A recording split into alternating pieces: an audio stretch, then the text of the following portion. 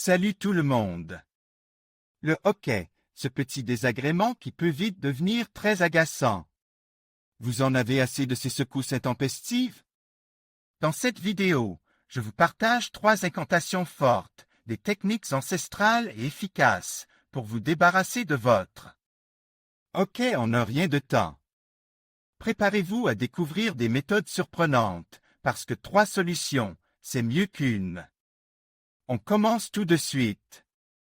Salut tout le monde. On parle aujourd'hui d'un sujet qui, soyons honnêtes, nous a tous affecté au moins une fois dans notre vie, le hoquet. Ce petit spasme diaphragmatique, aussi inoffensif soit-il, peut être sacrement agaçant, voire même embarrassant. Alors, pourquoi apparaît-il ce satané hoquet? Eh bien, il y a plusieurs raisons. Parfois, c'est simplement une irritation du nerf phrénique, le nerf qui contrôle le diaphragme. Une trop grande quantité de nourriture, des boissons gazeuses, un repas trop copieux, une émotion forte, tout cela peut déclencher une irritation et hop. Le hoquet arrive. On parle aussi de changements de température brusques ou même de stress. Le corps est un mystère, n'est-ce pas?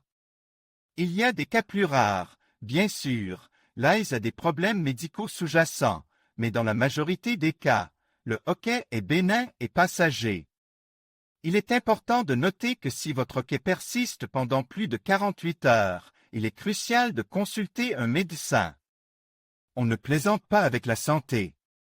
Maintenant, passons à la partie que vous attendez tous avec impatience. Comment se débarrasser de ce fichu hoquet? Il existe une myriade de méthodes, certaines plus efficaces que d'autres, et certaines plus originales. On commence par les classiques, respirer profondément et régulièrement, retenir sa respiration pendant quelques secondes, boire un grand verre d'eau lentement, ou encore avaler une cuillère à café de sucre. Ces techniques fonctionnent souvent, en calmant le diaphragme et en interrompant le cycle du spasme. Mais si ces méthodes classiques ne fonctionnent pas, on peut passer à des techniques un peu plus inhabituelles. On a tous entendu parler de la technique de la surprise, de faire sursauter la personne qui a le hoquet. Il y a aussi la technique de la respiration dans un sac en papier, attention, à utiliser avec précaution et sous surveillance, car cela peut augmenter le taux de dioxyde de carbone dans le sang. Certaines personnes jurent par la technique de la glace, en plaçant un glaçon sur la nuque. On a même entendu parler de la technique du massage du nerf vague, situé dans le cou, mais il faut être prudent et savoir exactement où le masser pour éviter toute blessure. Et puis, il y a les remèdes de grand-mère, transmis de génération en génération. On parle de manger une tranche de citron, de boire de l'eau froide, de se concentrer sur quelque chose d'autre pour détourner son attention. L'important, c'est d'essayer différentes méthodes et de trouver celle qui vous convient le mieux. N'hésitez pas à partager vos propres astuces dans les commentaires ci-dessous. On est tous dans le même bateau, et on peut s'entraider. Et n'oubliez pas de vous abonner pour plus de conseils santé et de bien-être.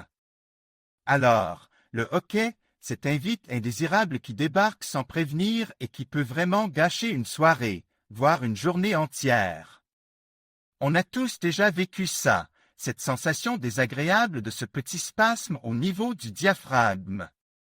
Mais heureusement, il existe une myriade de solutions, des petites astuces aux méthodes plus originales pour s'en débarrasser. Préparez-vous, car on va explorer ensemble une variété de méthodes pour vaincre ce petit monstre. On commence par les classiques, celles que nos grands-mères nous ont transmises. Boire un grand verre d'eau, lentement, en une seule fois, c'est un incontournable. L'eau froide est souvent privilégiée, mais l'eau à température ambiante peut aussi faire l'affaire. Ensuite, il y a la technique de la respiration. Essayez de retenir sa respiration pendant quelques secondes, puis de souffler lentement et profondément. Répétez l'opération plusieurs fois. On peut aussi essayer de respirer dans un sac en papier, mais attention, il faut le faire avec précaution et ne pas le faire trop longtemps. Certaines personnes jurent par la technique de la cuillère à café, prendre une cuillère à café, la placer sur la langue et la laisser là pendant quelques instants. Ça peut paraître bizarre, mais ça fonctionne pour certains. On peut aussi essayer de sucer un glaçon. La sensation de froid peut aider à calmer les spasmes. Et n'oublions pas la bonne vieille technique de se faire surprendre, une petite frayeur, un bon rire, ça peut parfois suffire à interrompre le hoquet. Maintenant, passons à des méthodes un peu plus inhabituelles.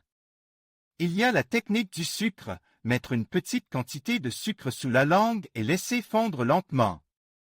On dit que le sucre aide à absorber l'excès d'acide dans l'estomac, ce qui pourrait contribuer à stopper le hoquet. Ensuite, il y a la technique du vinaigre, une petite cuillère à café de vinaigre dans un verre d'eau. Attention, c'est à consommer avec modération. On peut aussi essayer de manger une tranche de citron ou de mâcher un morceau de gingembre. Ces aliments ont des propriétés qui pourraient aider à calmer les spasmes. Et pour ceux qui sont plus audacieux, il y a la technique du massage du nerf vague. Ce nerf joue un rôle important dans la régulation du diaphragme. Un massage léger au niveau du cou, près de la carotide, peut parfois aider à soulager le hoquet. Mais attention, il faut être délicat et ne pas appuyer trop fort. Et pour ceux qui cherchent une aide avec une garantie, il existe des solutions médicales. Si le hoquet persiste pendant plus de 48 heures, ou s'il est très intense et douloureux, il est important de consulter un médecin. Il pourra vous prescrire des médicaments ou vous proposer d'autres solutions pour soulager votre hoquet. N'hésitez pas à lui parler de toutes les méthodes que vous avez essayées avant de le consulter. Cela l'aidera à poser un diagnostic précis. Il est important de ne pas négliger un hoquet persistant, car il peut parfois être le symptôme d'un problème plus sérieux. Donc, n'hésitez pas à demander l'avis d'un professionnel de santé si nécessaire.